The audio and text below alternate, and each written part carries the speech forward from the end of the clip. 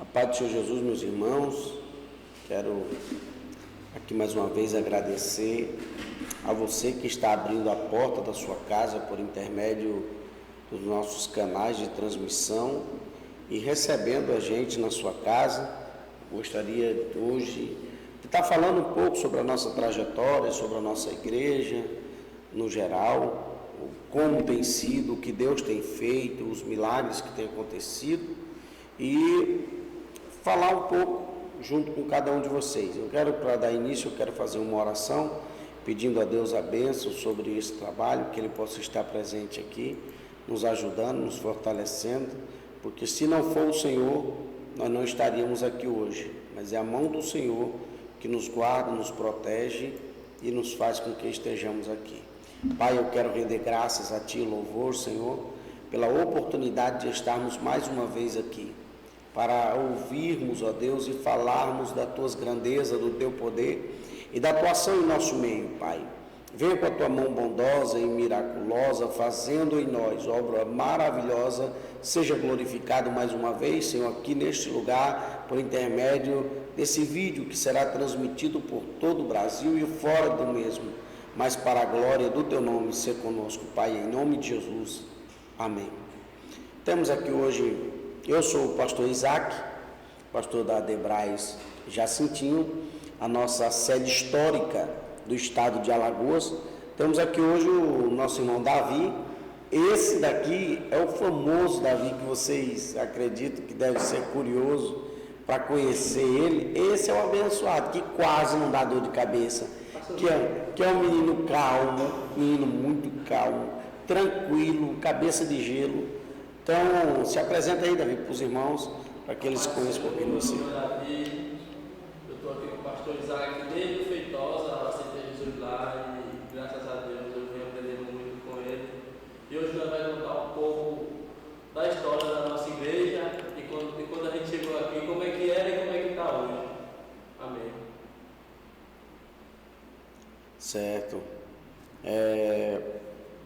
Uma coisa bem interessante a entender sobre a nossa igreja é que Deus tem feito coisas assim extraordinárias. Ao longo desse programa você vai ouvir nós falarmos do que Deus tem feito e de como tem sido a nossa trajetória.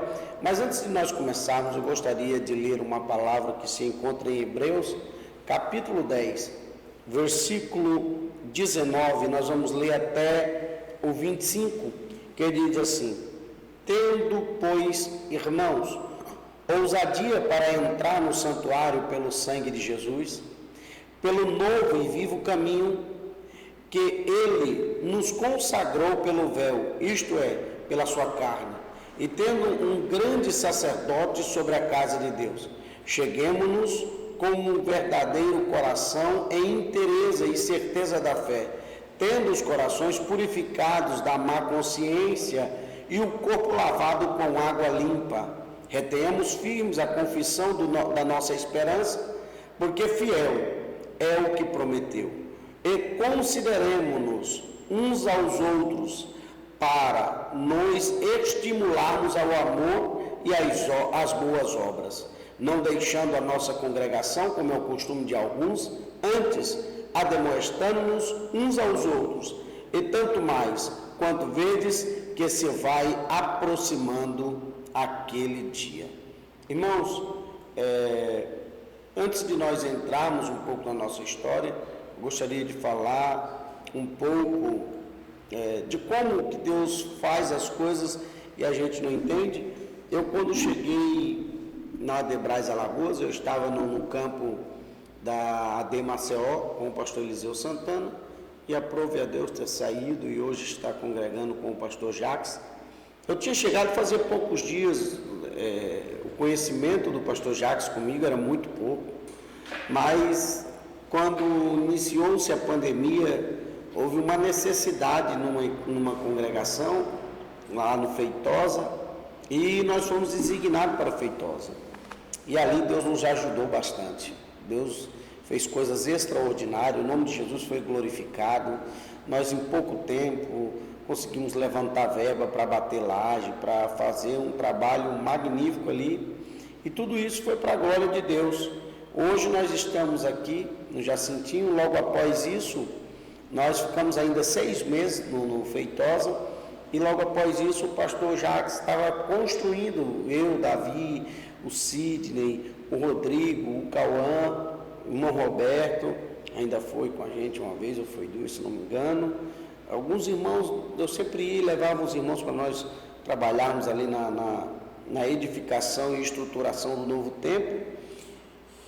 E um dia o pastor Jacques me chamou e disse: pastor Isaac, o senhor sabe que a nossa sede vai vir para cá e vai ficar a vacância da vaga lá no Jacintinho, e eu queria colocar o senhor lá. Deus tem falado no meu coração para colocar o senhor. Eu vou dizer aos irmãos, eu fiquei até incrédulo. Por que incrédulo, pastor Isaac? Porque eu era recém-chegado no ministério, tinha pouco tempo no ministério, então eu jamais acharia que eu estaria assumindo tal responsabilidade, porque tem gente muito boa do lado do pastor Jacques, pessoas com mais idoneidade de ministério, com mais tempo de ministério, e para mim eu achava que seria quase que impossível isso.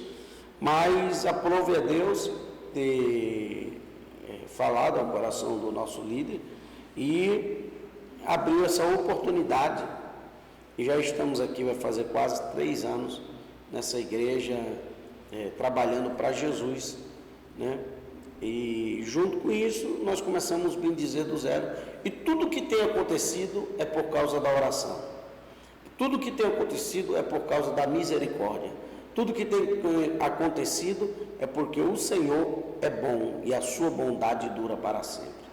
Quando nós assumimos a igreja do Jacintinho, irmãos, ela era uma igreja ainda velha de anos, né? Porque a primeira era a segunda igreja, a terceira do nosso ministério. Então era uma igreja que ela já existia, mas com a ida do pastor Jacques, os irmãos, os obreiros foram com ele, e nós começamos aqui com poucos irmãos, que até hoje permanecem aqui conosco também, esses irmãos que ficaram.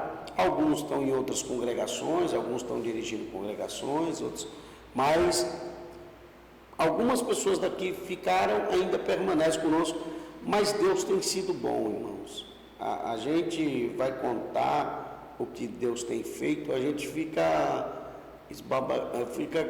com a boca aberta no que Deus tem feito aqui nessa história, na história dessa igreja. Então eu quero aproveitar, né, para não ficar só comigo, e aproveitar o Davi aí, para o Davi contar qual foi os maiores testemunhos e o que mais deixou ele admirado com o mover de Deus na nossa igreja. A paz do Senhor, meus irmãos, eu fico admirado porque eu vejo que Deus é na vida do pastor Isaac, e quando a gente chegou aqui, eu lembro que tinha poucos membros, a gente ficava, tinha aqui, acho que tinha só era 2 obreiros, para 3 portas, aí eu ficava lá, eu ficava na frente, que é 3 portas. Aí foi crescendo, graças a Deus hoje dá para todo mundo trabalhar, graças a Deus hoje tem um obreiro que trabalha com lealdade na obra de Deus e dá sempre o melhor. E aqui é uma casa que é muito vista por todo mundo, que todo mundo pode visitar, que é aqui onde que prega a palavra de Deus, que há muito testemunho, muitos milagres aqui na casa de Deus, e eu só agradeço a Deus todos os dias. Eu faço que nem Paulo disse, dou graças a meu Deus todos os dias que lembro da igreja.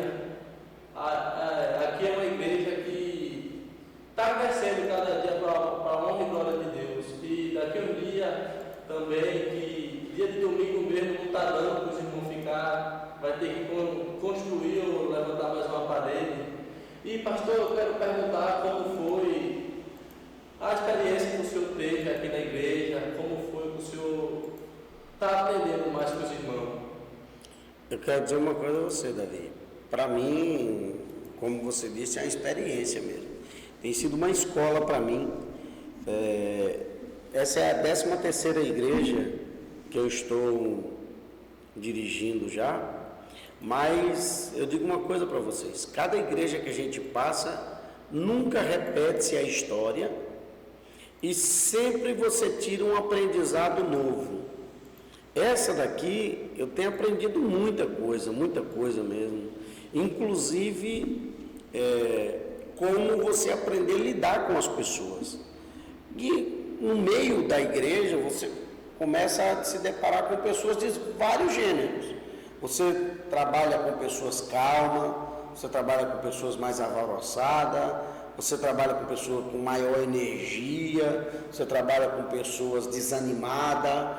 É um grupo bem seleto de pessoas que você trabalha, e a cada dia você vai só aprendendo, você vai se moldando a esse segmento. Eu tenho visto a mão de Deus aqui. Um dos trabalhos que mais assim, marcou a minha história foi esse ano, em janeiro, no nosso janeiro profético, aqui no dia 24, onde nós estávamos num culto e tinha um casal que não são crentes, estavam participando do culto, e no meio do culto a criança deles, uma criança de mais ou menos 2 anos, teve uma convulsão por uma febre muito alta, e aí ela começou a se debater, virou os olhos e tal. Eles trouxeram essa criança para o altar. No altar essa criança veio a óbito, e eu entrei em parafuso e pedi a misericórdia de Deus, porque eu não sabia como resolver, eu não tinha uma saída para resolver. O único socorro ali naquele momento seria Jesus, e eu pedi o socorro de Jesus. Pediu o socorro de Jesus para que Ele viesse nos socorrer e nos ajudar naquele momento ali, para que a gente pudesse estar fazendo alguma coisa, porque o meu ministério dependia daquele milagre. Como é que eu permaneceria na frente de uma igreja onde alguém chegou, confiou, pedindo socorro, ajuda emergencial, e eu não consegui atender a necessidade dessa pessoa e ela veio a óbito? E aí eu disse para o Senhor exatamente isso que eu estou dizendo: Senhor, aqui sou eu e o Senhor, aqui não tem ninguém agora. Se o Senhor não fizer, eu vou ficar envergonhado, e eu acredito que o meu ministério encerra por aqui. Mas com isso eu não quero que o Senhor não seja Deus. O Senhor continuará sendo Deus, como sempre foi para mim, o único, poderoso, o eterno. Mas eu preciso dessa confirmação da minha chamada, do meu ministério. E aquela criança veio à vida. Isso me animou muito a fé, me motivou para que a gente continuasse trabalhando para o Senhor com a mesma energia, com o mesmo foco. E a cada dia nós temos visto coisas extraordinárias. São muitos testemunhos, pessoas que estavam com depressão, que já tentaram até suicídio, hoje chegaram aqui, não estavam trabalhando. Essas pessoas afastadas pelos médicos por causa do problema psicológico. Inclusive eu vou trazer aqui um deles, depois eu vou convidar ele para estar aqui com a gente, o pastor Valfran, evangelista Valfran. É um homem que tem um testemunho tremendo, que chegou aqui numa situação bem delicada e hoje ele está trabalhando com a vida ativa. Então eu tenho visto a mão de Deus. Deus tem feito aqui coisas sobrenaturais, coisas tremendas. Se nós fôssemos contar os testemunhos, aqui não daria para a gente ficar contando. Todo dia nós tínhamos testemunho para contar, todo dia tinha pessoa para testemunhar. Mas eu acredito que nós daremos continuidade. Você que segue o nosso canal, eu vou até ver com o Andrei, que foi feito um testemunho da irmã Eliane, que é uma ex-mãe de santo, e eu queria ver com ele se já está no nosso canal, para nós divulgar, passar para os irmãos, pedir para os irmãos assistir, compartilhar, enviar para alguém, porque Deus tem feito coisas maravilhosas, e tudo isso é para a glória de Deus.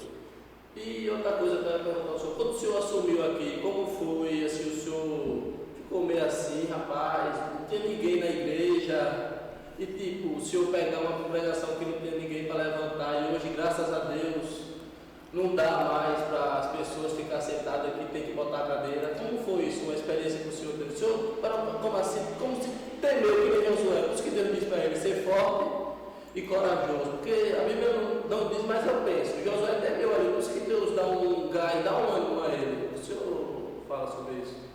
É bem verdade. Como nós lemos aqui, né, eu temi, mas eu entendia que era um propósito, um objetivo de Deus. É a mesma coisa de Davi. Davi estava no meio do campo e Deus escolhe Davi para ser rei. Após Davi ser escolhido a ser rei, ele não foi diretamente para o trono. Ele foi passar por várias situações, aprender, estudar, analisar, para poder chegar aonde ele imaginava que a sua capacidade o levaria. Mas ele temia. No dia que ele se depara numa guerra com seus irmãos, levando comida, levando as coisas para os seus irmãos, se depara numa guerra e ele vê um homem desafiar o povo de Deus e desafiar o próprio Deus.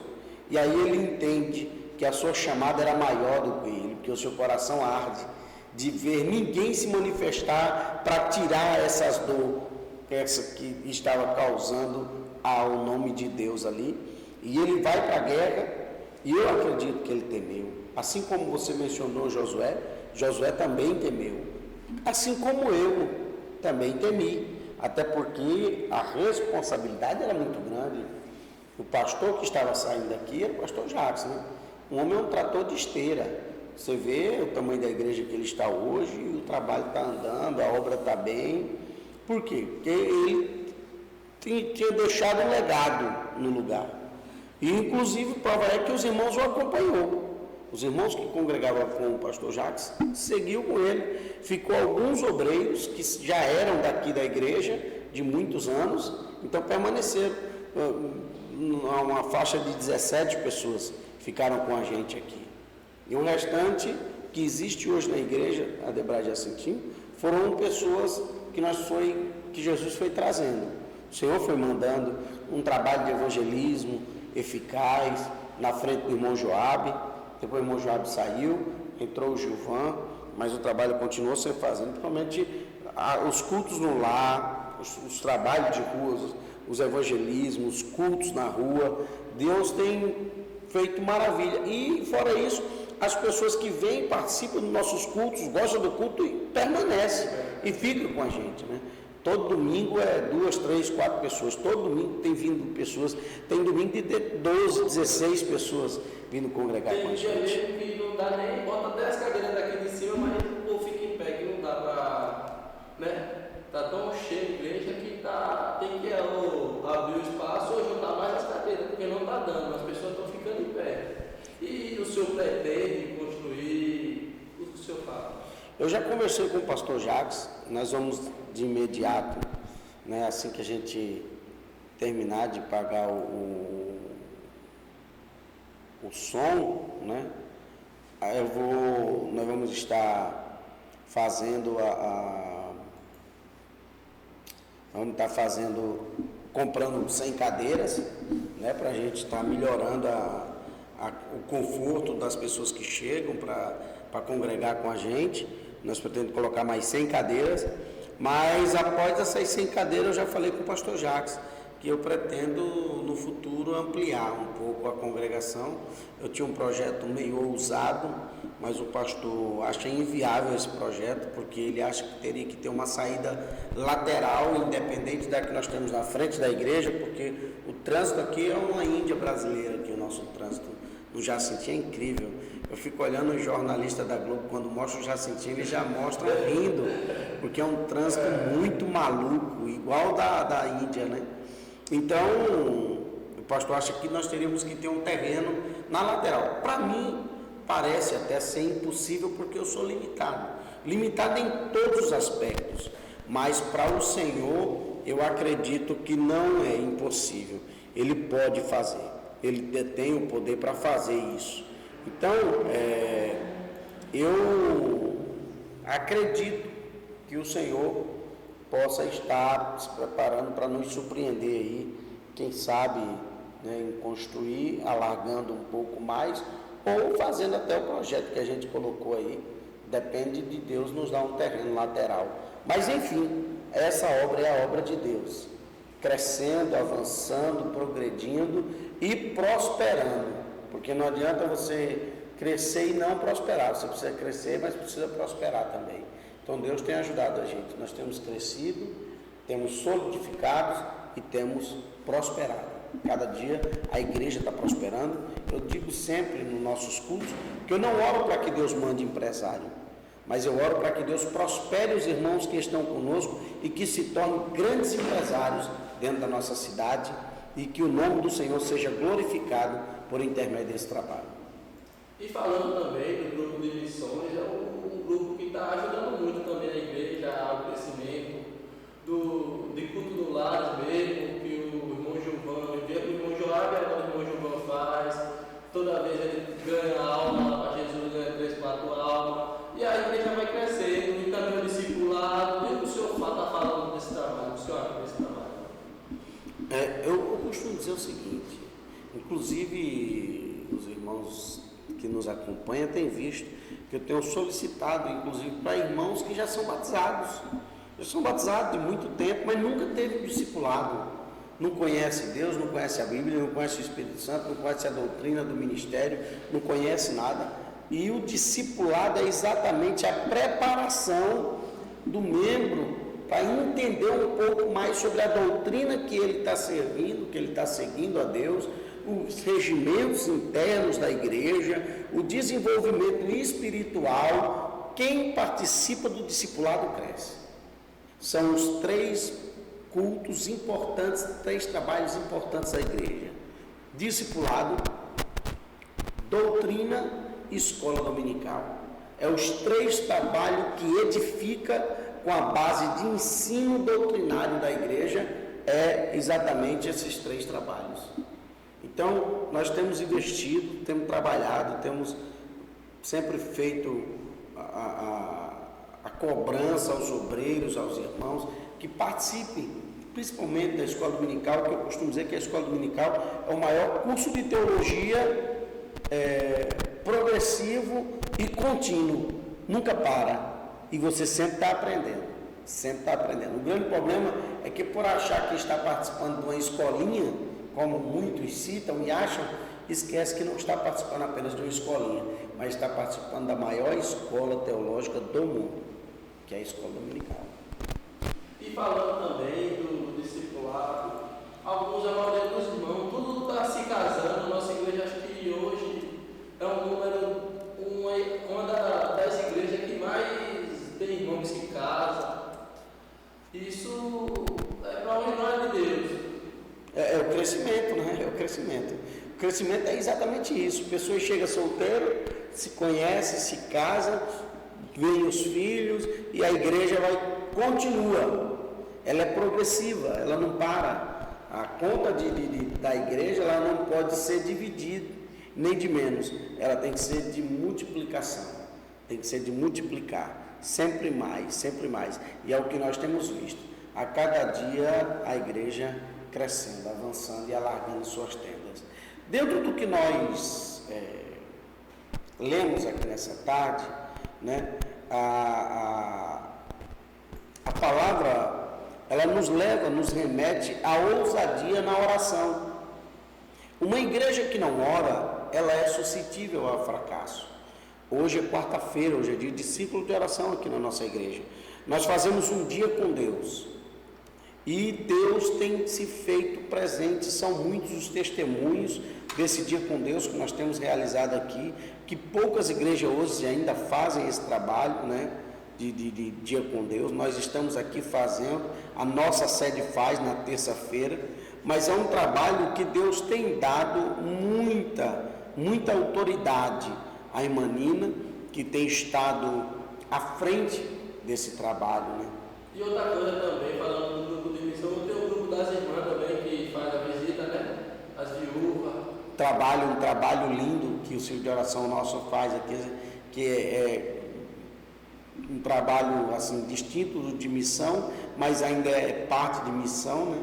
Elas visitam, elas percebem, por exemplo, uma irmã que está alguns dias que não vem na igreja, um irmão que está com alguns dias que não vem na igreja. não veio para ser porque está doente, elas vão visitar essa pessoa que não está vindo, ela vai visitar essa pessoa que está fraca na fé, elas vão levar a ceia para os irmãos que estão enfermos, que não puderam vir, mas que são membros da igreja e não conseguem vir. Elas vão lá, levam a ceia, e muitas das vezes a pessoa nem faz parte mais aqui, na nossa igreja, mas a igreja continua fazendo o papel de igreja, independente de onde a pessoa esteja. Por quê? Ser igreja vai além das quatro paredes. Eu costumo dizer que igreja não é as quatro paredes. Nós, voltando para o tema que a gente estava falando, a Bíblia vai dizer que nós devemos entrar com ousadia, porque o véu que nos era contrário foi rasgado. Ele se refere ao véu do Velho Testamento, que era um tecido que separava o santo do santíssimo, um tecido de 15 a 20 centímetros de largura, tecido à mão, e quando o Senhor ressuscita, esse véu é rasgado de alto a baixo e diz ao homem, o acesso está aberto a qualquer um. Antigamente só o sacerdote podia entrar, mas agora qualquer um pode entrar. E Hebreus vai escrever, o escritor da carta aos Hebreus vai dizer, nós precisamos entrar o santo dos santos, ou o lugar santíssimo, com ousadia. Sabe o que é ousadia, Davi? Ousadia é você não se comportar como alguém que é reprimido, porque está diante de alguém superior.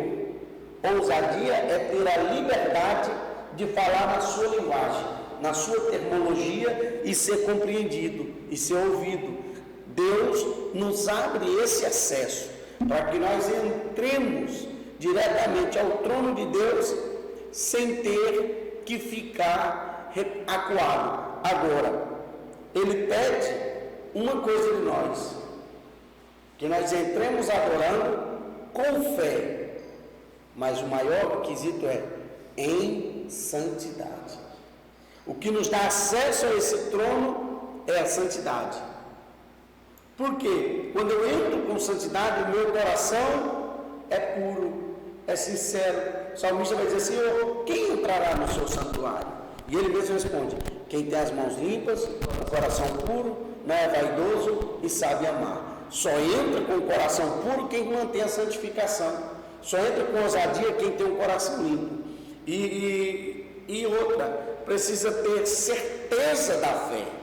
A consciência tem que estar pura e o corpo lavado. Quem está dizendo não sou eu não, quem está dizendo é a palavra. Nós lemos aqui, com o corpo lavado. Quando fala do corpo lavado, está falando de pureza. Nós temos que entrar diante de Deus, agora não mais como sacerdote que trocavam de roupa para entrar no Santo do Santo. Não, você precisa entrar com o corpo, a alma limpa diante de Deus, sem estar sujo, maculado, né? E ele vai pedir, fazer outro pedido, que nós perseveramos por meio da esperança, ou seja, guardemos firme a confissão da esperança, sem vacilar, pois quem fez a promessa é fiel. Hebreus 10, 23. Nós precisamos aprender a colocar essa confiança no Senhor, e Ele pede mais, guardemos firme a confissão. O que é confissão? Tornar notório aquilo que nós temos e aquilo que nós somos. Ele pede para que nós divulguemos com confiança aquilo que nós recebemos do Senhor, aquilo que nós temos recebido do Senhor. E outra, entendendo que quem fez a promessa é fiel para cumprir. Ele traz aqui também uma coisa que me traz muito a ver com a nossa vida aqui, que é crescendo em amor através da comunhão. Ele vai dizer do 24 ao 25, ele vai dizer, cuidemos também de nos animar uns aos outros. Comunhão. É o que nós estamos tratando aqui há várias sexta-feiras sobre o crente amargurado, o crente que vive uma vida amargurada. Mas ele vai dizer aqui, tratemos com amor um ao outro, na prática das boas obras. Não é na língua só. Exatamente, nas ações, nas obras.